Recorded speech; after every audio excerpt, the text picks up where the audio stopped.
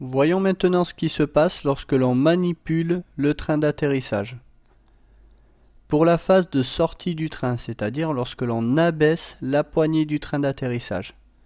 Le voyant d'alerte de la poignée de train s'allume. Le train sort et se verrouille en position basse. Les trois voyants verts du train s'allument et la poignée s'éteint. Les TEF s'abaissent pendant la sortie du train et les aérofreins se rétractent à 43 degrés. Le FLCS passe en gain Take-off and Landing et l'alimentation électrique est fournie au canal 1 de frein. Voyons maintenant pour la rentrée du train, c'est-à-dire lorsque l'on manipule la poignée vers le haut. Le voyant d'alerte de la poignée s'allume, les trois voyants verts s'éteignent, le train se déverrouille et rentre, les roues sont freinées et les trappes se ferment, les TEF se rétractent, la poignée de train s'éteint, la pression hydraulique est retirée du train d'atterrissage, le FLCS passe en gain cruise et l'alimentation électrique est retirée du canal 1 de frein.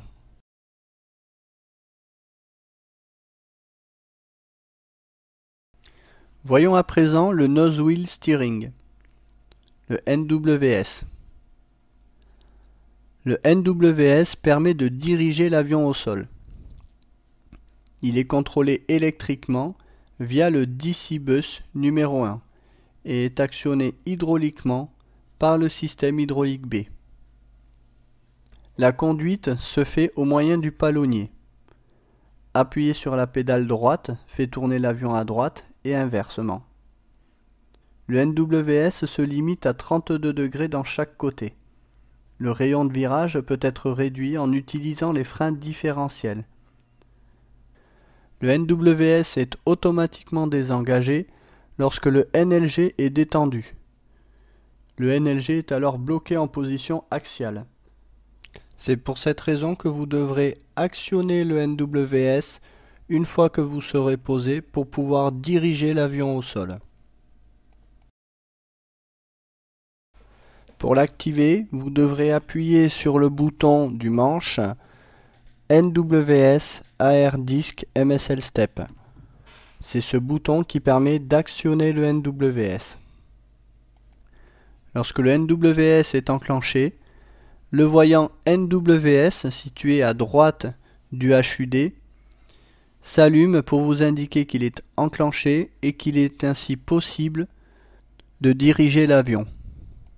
Un voyant d'alerte NWS Fail situé sur le panneau de voyant d'alerte s'allume pour indiquer qu'une panne NWS a coupé son alimentation électrique.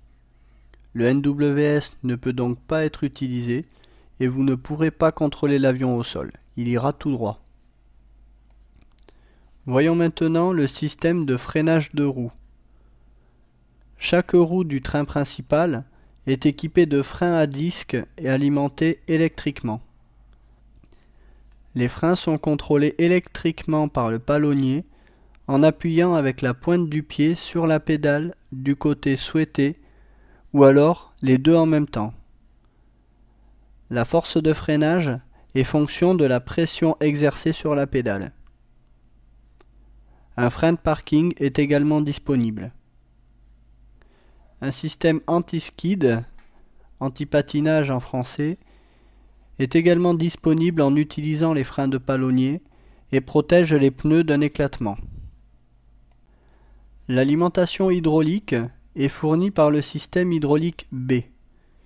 Si le système hydraulique B lâche et que le moteur fonctionne à moins de RPM 12%, les freins de palonnier et le frein de parking sont disponibles tant que les accumulateurs Brake FLCS ne sont pas déchargés.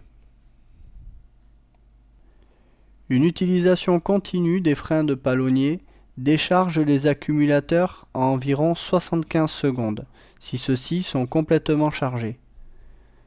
Quand vous maintenez l'avion à l'arrêt pendant une durée importante, utilisez plutôt le frein de parking, ce qui ne déchargera pas le fluide hydraulique. Les freins de palonnier utilisent l'énergie électrique des branches du FLCS. Vous devez donc disposer du FLCS pour utiliser les freins. Le F16 est équipé de deux canaux de frein, le channel 1 et channel 2. La pédale gauche est alimentée par les branches C et D du FLCS. La pédale de droite est alimentée par les branches A et B du FLCS.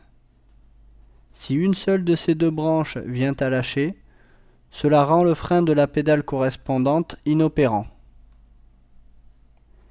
Dès qu'une panne est signalée sur une des branches FLCS, le voyant FLCS Fault s'allume et génère un Brake Power Degraded sur le PFD. Vous devez alors vous reporter sur le panneau Test pour déterminer quelle branche FLCS est hors service et déterminer ensuite quel frein est inutilisable.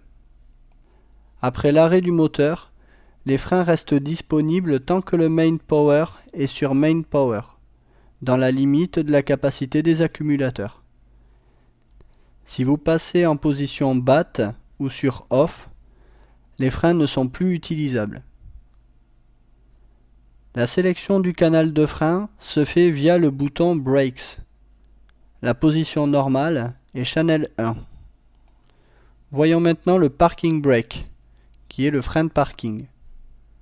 Le frein de parking permet de maintenir l'avion à l'arrêt sans utiliser les freins de palonnier.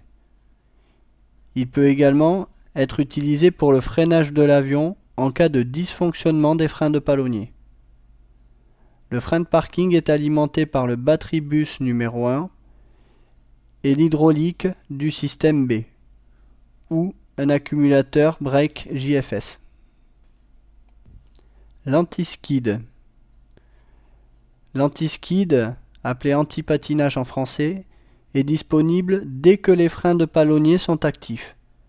Il permet d'optimiser la qualité du freinage en fonction de la pression exercée par le pilote. Vous disposez d'un voyant d'alerte anti-skid sur le panneau de voyant d'alerte.